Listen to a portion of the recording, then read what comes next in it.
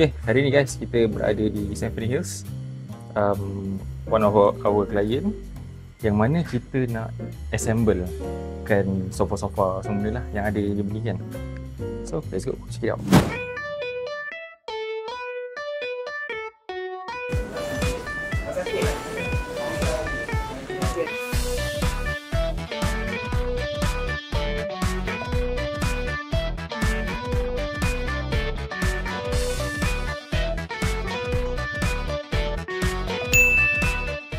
Itu Android.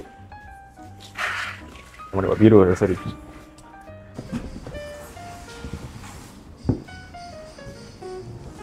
Boleh. Dia punya Ottoman seat.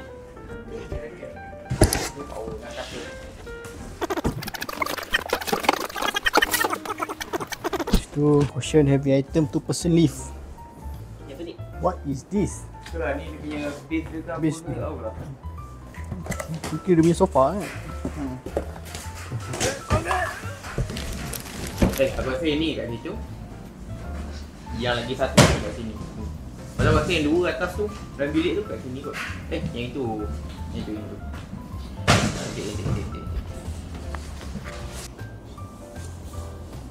Okey.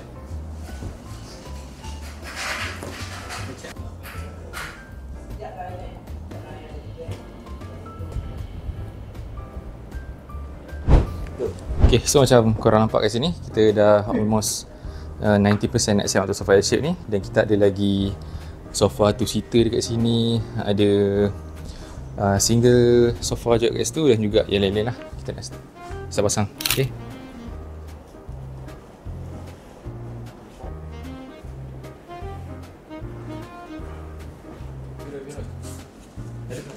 Jadi drone.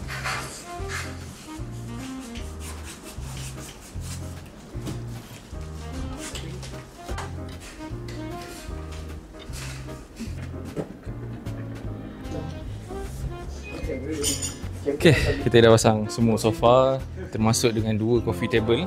Dan itulah, biasalah kita nak tengok macam mana kat mana nak buang sampah ni sebab terus dah jalan. Okay, so kita dah settle untuk rumah ni untuk hari ni. Kalau korang nak tengok full design rumah ni siap nanti macam mana, stay tune nanti Ada Syam, Redefining Space.